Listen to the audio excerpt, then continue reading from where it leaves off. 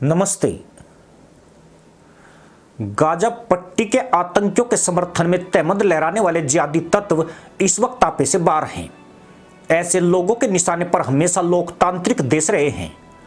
लोकतंत्र और मानवाधिकार की आड़ में जिहादियों द्वारा विक्टिम कार्ड खेलना कोई नई बात नहीं है, लेकिन इस्लाम और मुसलमानों के हितैषी बनने वाले ये लोग चीन की उस कार्रवाई पर स्टेचू बन गए हैं जिसके तहत न केवल इस्लाम की पहचान खत्म की जा रही है बल्कि मुसलमानों का वजूद भी खतरे में है।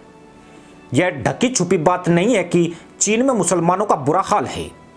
इसका बड़ा कारण यही है कि शी जिनपिंग का देश मुसलमानों को अपनी जूती की नोक पर समझता है, लेकिन एक भी माई का मुल्ला नहीं है जो चीन के खिलाफ जिहाद का ऐलान कर सके। इस मामले में सारे के सारे मुसलमान आतंकवादी भीगी बिल्ली बने हुए हैं। इनकी इस कायरता के चलते चीन में मुसलमानों का बुरा हाल हो रखा है। चीन में खास तौर से उइगर मुसलमानों की अच्छी खासी संख्या है। यह समुदाय विशेष रूप से शिनजियांग प्रांत में रहता है, लेकिन आज चीन में इनका धर्म मर रहा है। इस्लामिक प्रथाओं पर बढ़ते चीनी नियंत्रण से चीन में इस्लाम का काम तमाम होने की ओर है। मुसलमानों के खिलाफ चीन कितना खतरनाक एक्शन शुरू कर चुका है उसने 1975 की याद दिलाती है। 29 जुलाई 1975 को चीनी सेना यूनान प्रांत के शाडियान में घुसी थी और एक हफ्ते तक कत्ले आम मचाया था। रेड आर्मी के गार्ड ने शाडियान में जो नरसंहार किया, आज वह एक भी मुस्लिम देश को स्मरण नहीं है। चीनी सुरक्षा कर्मियों ने शाडियान में ऐसा उत्पात मचाया था जिसके बाद एक भी मुसलमान ने आज तक सिर उठाने का दुस्साहस नहीं किया है। रेड आर्मी ने मस्जिदों में तोड़फोड़ मचा दी थी और सुअर की हड्डियों और उनके कटे सिर की माला बनाकर जबरदस्ती उइगर मुसलमानों को पहनाई जा रही थी। कहा जाता है कि इस पूरी घटना में 4000 से ज्यादा मुसलमान मारे गए थे, पर क्या मजाल जो एक भी जज्बे वाला टोपीबाज इस दौरान सामने आया हो। व्यक्ति तो छोड़िए, इस्लाम के नाम पर तहमद फाड़ने वाला पाकिस्तान और तुर्की व अन्य खाड़ी देश भी मिट्टी के मादू बनकर रह गए। पर इस दफा फिर से 1975 दोहराया जा रहा है। चीन ने इसकी शुरुआत कर दी है। अब यूनान टारगेट नहीं है बल्कि शिनजियांग में रेड आर्मी का कहर शुरू हो चुका है। वह भी तब जब मुस्लिम देशों का ध्यान गाजा पट्टी पर केंद्रित है और कई मुल्ला मुल्क चीन के कर्ज तले दबकर मुंडी हिलाने की स्थिति में नहीं है। ड्रैगन के लिए यह अनुकूल माहौल बन रहा है जिसका वह आसानी से फायदा भी उठा रहा है। दरअसल चीन ऐसा देश है जिसने इस्लामिक आतंकवाद को जड़ से नेस्तनाबूद कर दिया है। जब पूरी दुनिया में मुस्लिम दहशतगर्द हुड़दंग मचा रहे हैं, किसी की हिम्मत चीन को ललकारने की नहीं हुई है।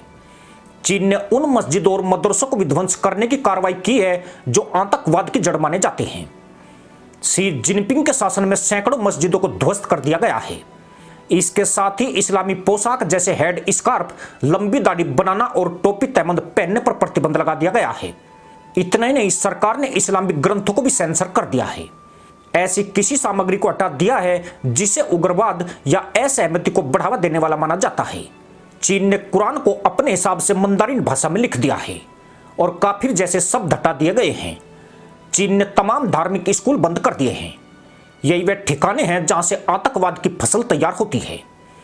अब चेहरे की पहचान करने वाले कैमरों सहित उच्च तकनीक निगरानी प्रणालियां शिनजियांग जैसे क्षेत्रों में प्रचलित है, जो एक महत्वपूर्ण उइगर मुस्लिम आबादी का घर है।